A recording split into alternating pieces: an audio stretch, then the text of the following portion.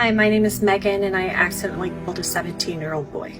On May 23rd of 2008, my friend and I had just woken up from my dad's. Her brother was calling saying we needed to remove these stolen stop signs out of his yard or she was going to get kicked out of his house. We got dressed really quick. There was a party on the beach that we had to attend. And so we got in the truck and drove straight to her brother's. When we got there, we loaded him up into the bed of the truck. The poles of the stop signs were sticking out towards like where the ditch was. It was a small country road, 2 lanes. We just had to go a mile down the road. My friend sat in the bed of the truck with the signs and I started driving. As soon as I left a 4-way stop, I remember seeing 2 kids on my right and a truck coming on my left. And then I heard my friend scream.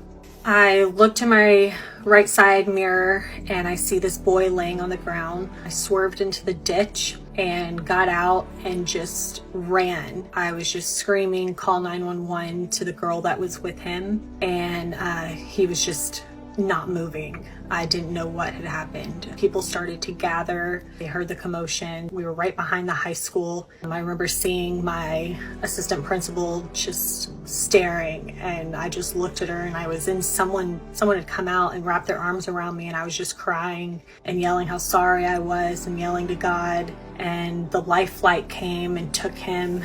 The police, they took me to the hospital, checked my blood. Then they took me to this interview room at the station, and I just remember having to share everything for hours about what I did the night before, that morning, what happened, and all I could think about was he okay? No one would tell me what was going on. They finally let my dad come into the room, and he was just like ghost face. I'd never seen my dad cry before until that day, and he just shook his head, and I just knew that he had passed. And I remember just hitting the ground, my knees had buckled, just screaming to God, like, why?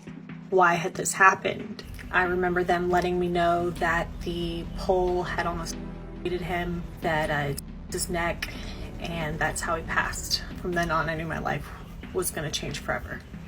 Emma goes on to discuss how this event impacted her life. I did end up going to graduation by a lot of encouragement from the staff at the school, and when I was going across, I remember them yelling the name, and my mom was sitting right there, and from then on I felt like I had this scarlet letter. I escaped my town by joining the Army. While I was there, I was diagnosed with PTSD, high anxiety, and depression, and this ultimately led to my I would just start out by drinking on the weekends, blacking out. Then it led to going to college and drinking all throughout the week because I thought that was like the normal thing to do.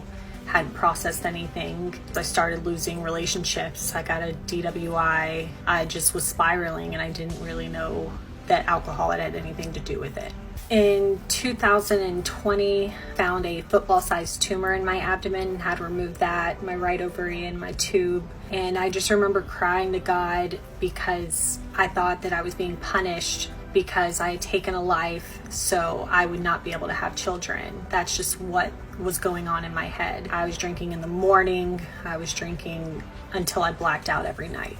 In June of 2020, I tried ending my life. My 18-year-old niece had found me and called 911. I went to an institution and got help, and that's where I was introduced to AA. I tried to do that to help my alcoholism. I knew I had a problem and seemed to be okay until I relapsed after 8 months. I then went to a treatment center. I tried 3 of them.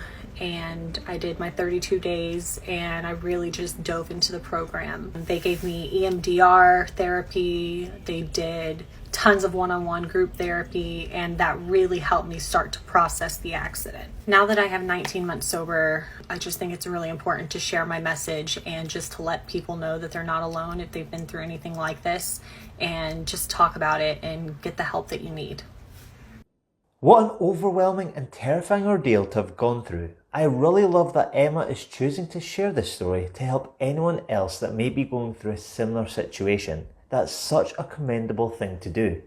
One commenter on the original video summed it up perfectly in a comment, saying, "My heart breaks that Megan has to suffer with this every day because it truly isn't her fault. I pray Megan gives herself grace and knows that this isn't her fault. It was a completely freak accident, and I know that boy is looking down on her, wanting her to know that he doesn't blame her. I couldn't agree more. Another person simply said, the definition of accident, an unfortunate incident that happens unexpectedly and unintentionally, typically resulting in damage or injury. Couldn't have said it better myself. Thanks so much for watching.